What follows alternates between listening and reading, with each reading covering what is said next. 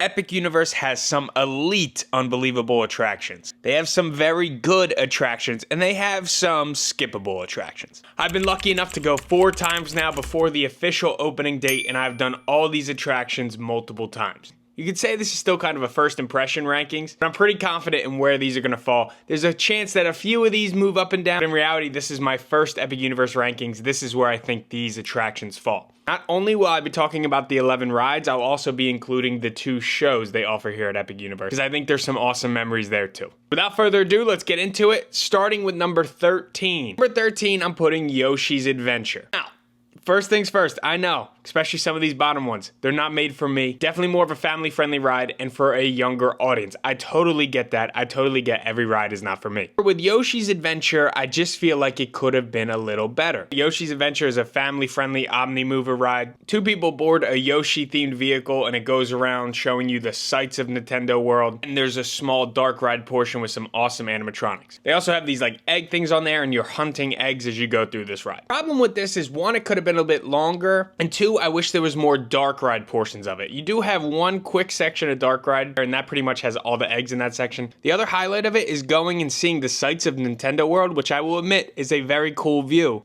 However, it's all sights you can see for the most part from when you walk in, because you come in at such a high level. So, and when you come in at that high level, you see all those sights closer. So it's a cool view. It's a nice kids, very young kids ride. The queue is solid, I think, as well. And the queue is indoors, which is nice. There's not a lot of shade at Epic Universe. I just feel like I wish there was more dark ride portions. I wish the dark ride portion was longer and each egg had like its own section rather than just throwing it all together. So again, not for me. I own that. I just think for a Mario Nintendo ride, could have been better.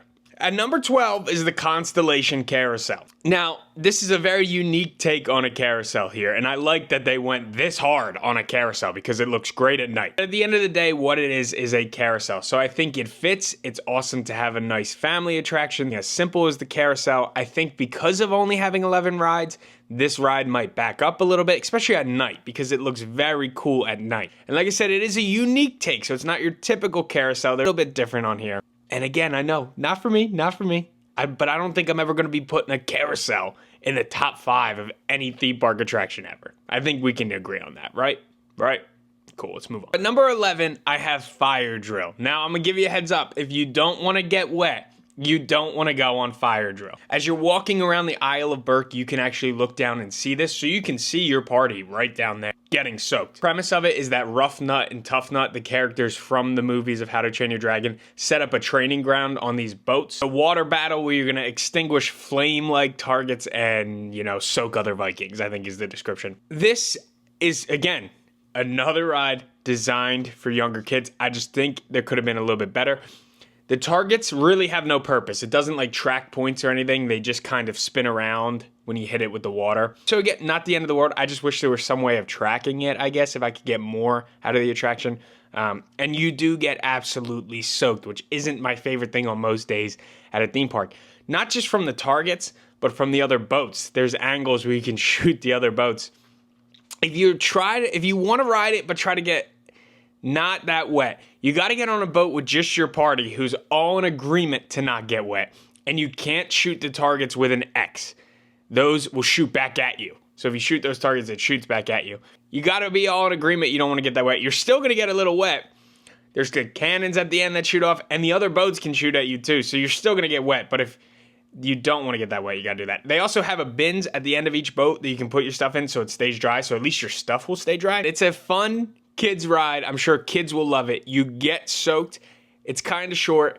And the theming fits. It fits, you know what I mean? But it's not unbelievable. It's not world-beating. Something has to be in these bottom ones, and I think these ones are.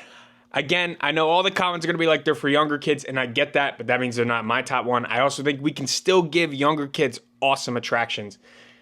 And this one is just kind of these are just kind of in the middle. Number 10, I have Dragon Racers Rally. This ride uses the Skyfly system. So this is a pretty, I don't want to say it's a carnival ride, but I've seen it in like malls. I've seen those videos of the girls spinning in the malls. It's supposed to be like a dragon trainer ride, like, you know, practicing to fly a dragon.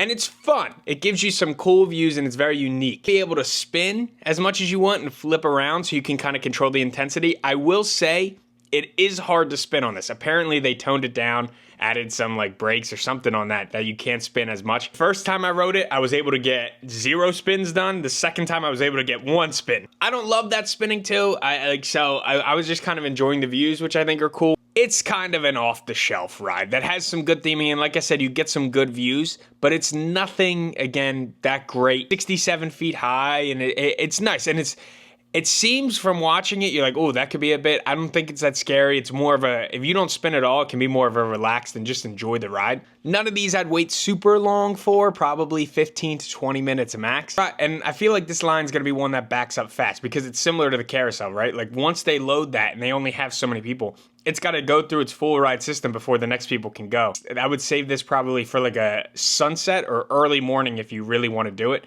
but there's so much better things to do at Epic Universe with your time. I feel like this is gonna be a big skip for a lot of people. Number 9, Mario Kart. Bowser's Challenge. Listen, heard things about Mario Kart. I didn't watch any of the POVs, but I had heard this is kind of a lackluster ride for a Mario Kart attraction, which I do agree with. However, I think it's very hard to do a Mario Kart attraction that isn't actually having people on go-karts. Because everybody, you play Mario Kart, you think you're going to be just on go-karts and throwing that stuff, and you're not. But there's really no way of doing that. So how do they do it? I think they did the best job they could with it. You do put almost like virtual reality goggles on so you can kind of see like the people in front of you, and you do throw shells and stuff with your helmet. I think that's a very good job. However, it can trigger motion sickness pretty easily. I had a person in my party had to take it off and just stop playing and just enjoy the dark ride elements of it because it was just giving them so much of a headache. I think it'll be fun for little kids to rack up points, and you definitely have a goal. As opposed to like Fire Drill, there's definitely a point goal here, and it tracks that, and you definitely want to do that. It gives you that like motivation. Yeah, for a Mario Kart ride, this is going to back up very, very much. This is going to be one of the most popular rides in the park, and I just don't think it really delivers on that experience. Usually I have an idea. They should have done this instead. They should have done this instead. I don't know what you do for a Mario Kart attraction that's not just go-karts going around. You know? So it's a tough spot. So I think it's fine. I think kids will really enjoy it. I think some people will really enjoy it. People who are prone to motion sickness, you might just want to set this one out. The good thing is Nintendo World, although obviously 2 of those rides are already on the list, the land is so well themed, super fun to walk around and explore. So if you're sitting one of these out, you will have a lot to go and see and a lot to do. Number 8, and bear with me when I say this, Le Cirque Canis? Sounds right, looks right, I don't know. Either way, moving on. The Circus Show in the Harry Potter world. I think this is a good show with some good elements. However, I did leave not 100% satisfied. I wouldn't say my cup was full when I left that. One of the things with this one is the line is going to get very long because all they have is the Ministry ride to do in the Harry Potter world right now, besides walk around. But attraction-wise, it's just this and the Ministry. And the Ministry is on virtual queue as of right now. So there's nowhere for people to go here, so they just go to the show. So the line backed up so far, and it goes so much farther than you'd think when you're entering the circus here. I just didn't love it. I think there was parts that were a bit slow. I think the talent on stage was awesome, and the puppets were awesome. I just think the story is pretty predictable. It was a bit slow. There were some cool moments, but then there were some boring moments. I think once Ministry is a standby, I would do a lot more. But right now, because the line is going to back up so much, like I said, there's a couple of really cool elements in there. But outside of that, there's times where I was just like, okay, you know.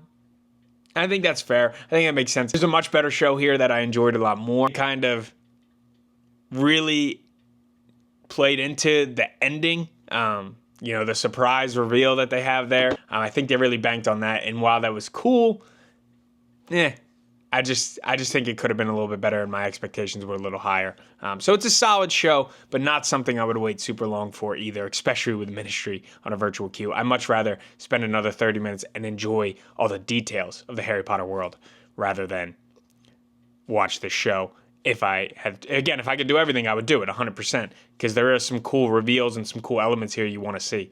But outside of that, there is some snooze parts. Number 7, we have Curse of the Werewolf. This ride took me by surprise. It's listed as a family-friendly roller coaster in Dark Universe, and I think it pushes the whole family-friendly element depending on how you do it. The carts on it all spin. And it depends, I guess, on the weight and where you're at in the car and all that. The first time I rode it, sat in the back, I spun a ton. The next time I rode it, and honestly, the past couple times that I've done it, I didn't spin that much, so I really got to take in the views of Dark Universe. It's definitely a lot of fun at night, but it's fun during the day too. And there's some intensity to this. Especially if you get a spinning car, if you're motion sickness, you're not gonna love it. Spoiler alert, it shoots you up, shoots you back, shoots you up. Thankfully, it does that, because outside of that, it is a very, very, very short attraction. It ends very abruptly, very short. If it didn't shoot you back like that, it would be over in 10 seconds. So that's why it's down this far in the list. Fun moments on here. I think this will take you by surprise. Definitely took me by surprise, and definitely has a bit of intensity. However, because it's so short, because the ending is abrupt, I just can't put it any higher on the list. Now, number 6 for me is Donkey Kong Minecart Madness, another family-themed attraction that pushes the whole family theming. Attraction is a lot of fun. It operates on a boom coaster system, which makes you feel like when you're on the ride, the minecart is jumping from track to track, and I think they do it well. It has a lot of elements of a dark ride, as well as a coaster, and I think it goes very well. It's a rough ride, and it's rough on purpose. You're supposed to be on this crazy minecart. And it definitely feels that way to the point where I think some people won't enjoy it because of how rough it is. There's a few drops in here, and one kind of got me. It was unexpected, and it was a really good drop. There's some good thrills on this, and the theming is very cool, especially at night. Going around Donkey Kong Country on this ride at night was very cool. I think the theming is good. The queue is just all right. And another one where the capacity is kind of limited, so you're going to be waiting a while to do this. And I also noticed, again, I just did the previews here, but the single rider line, from my observations and the people I talked to, is similar to Rock and Roller Coaster, where it's not that efficient. I think there was people that waited longer in single rider than they did in the regular queue. Especially depends on the time of the day. But we went in the middle of the day, we waited about 50 minutes, and so did the people in single rider line. So at there, I deem it as just worth waiting, even if it's an extra 10, staying with your party so you can enjoy it with your party, because it didn't move that efficiently. Backed up a bit. Just a heads up. What was that? Heads up. Friendly tip. Might be the thing. I'll keep you posted on future vlogs, okay? But that's just what I observed. At number 5, I have the Untrainable Dragon. I loved this show. Now, I've seen How to Train Your Dragon. I think they're underrated movies, so it definitely helps, but I don't even think you need to see the movies to understand this show. There are multiple wow elements, and this is a show you have to go back to see, because there's a big difference between seeing it towards the front, which I recommend because you're right by the stage, and towards the back, which I recommend because you really see all the elements that they are offering for the show, because it is on a big scale for a show. If you're sitting in the back section, I'd try to get the front row of the back section. You'll see what I mean when you get there. It's like 2 levels.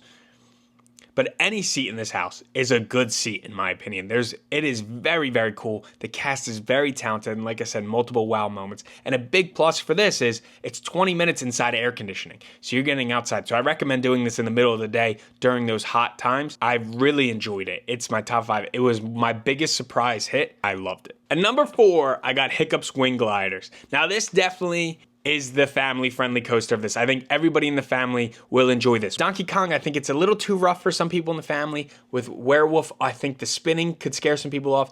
This definitely has a kick to it, but it still is the most family-friendly of them all, I think. Good theming, a cool animatronic on there. Soundtrack is awesome, and going through the Isle of Berk, which is a great land, the way it's integrated into that land and how you go around and the things you see, I think it's awesome. It doesn't get that high.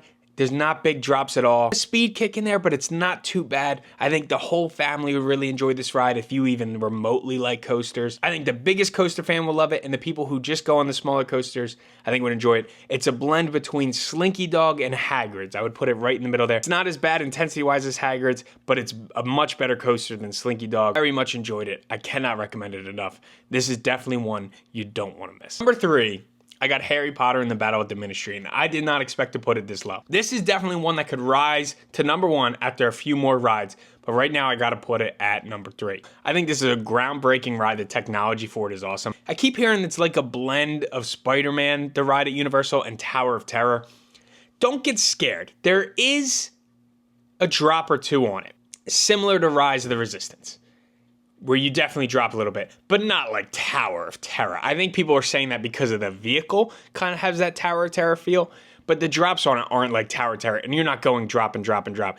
They're just similar to Rise of the Resistance, where it drops you a little bit. Very good, Very good ride. Some of the animatronics with the Death Eaters are awesome. I think some of the animatronics could have been a little bit better. I didn't love them, but they're still good. They're solid. They're just not as great as I expected. It is very screen-based. So if you get motion sickness, some people have been saying the screens are so good you won't even notice. I think you will, and I think you will feel it a little bit. I think it's worth it. If you can battle through it a little bit, take some Dramamine or take something to help that motion sickness, get on this ride and enjoy it, because it is so groundbreaking. It is a great attraction, one of the best in Orlando. I just think it's a little bit too screen-based. I just wish there was a little less screen elements, but the sets are awesome. The story is easy to follow. House with a theme park attraction. I think a lot of people are going to walk out of this and say, wow. I think you're going to walk into it and say, wow. The queue is one of the best ride queues you'll see in a theme park. The Ministry is amazing to full scale. I love it. I think it's a great ride. But at Epic Universe, it's actually my number 3 right now. Number 2 is Stardust Racers. Stardust Orlando might become the coaster capital of the world. This is an unbelievable roller coaster. It's a dueling roller coaster, element of dueling, which is one of the best experiences I've ever had on a theme park. It's called the Celestial Spin, where you both shoot off next to each other, and then one goes over top of the other and one goes down and has an inversion. So each track is a bit different. Actually, not even a bit different. Each track is a really different experience, so you definitely need to experience both. I prefer green to yellow. My friends definitely prefers yellow to green, and there's definitely elements of it that are better on each side. I think people might walk away saying this is their favorite roller coaster of all time. I think it's that good. I don't think it's quite better than Velocicoaster. I like the theming and the queue at Velocicoaster a little bit better. There's not much of a theme or queue on this here. The roller coaster itself puts it in that conversation. It is an unbelievable roller coaster. It is a lot of fun. It is a must-do for coaster fans. So efficient at loading, at least in this preview portion, that this might be something that you can experience multiple times in a day, or if you get there at a good moment, you can go through again and again. I also think the experience on this ride is different at night than it is during the day. Very cool at night. I didn't get to experience it at night, but it looks awesome at night. Awesome coaster, man, that everybody's going to leave. You know, you see people clap after an attraction. Sometimes it feels forced. Everybody was walking off just clapping, loving it because it was that good. It's an unbelievable roller coaster. Number 1, I'm not surprised, is Monsters Unchained. I'm a huge Universal Monsters fan. I grew up watching these movies with my dad. I'm a huge Halloween Horror Nights fan. You guys all know that, so I love it. I love this stuff, and I think this is unbelievable. The facade is one of the best you will ever see in a theme park ever. The queue is one of the best ride queues you will ever see in a theme park ever. You feel like you're in this manner. The pre-show experience, I'm very harsh on pre-shows. They gotta be good. I think this is good, and it's efficient, and it moves you. Has a very cool wow factor right out of the beginning. The animatronics on this ride are top tier. They're awesome. On that ride vehicle, like Forbidden Journey, called the Kuka, the arm, but I like how this one, it embraces it. It tells you you're gonna be on something like that. How Harry Potter, you're supposed to be flying, but you can kind of see the vehicles at different points. It tells you you're gonna be on this to go through the catacombs down there. So it doesn't really break immersion at that point.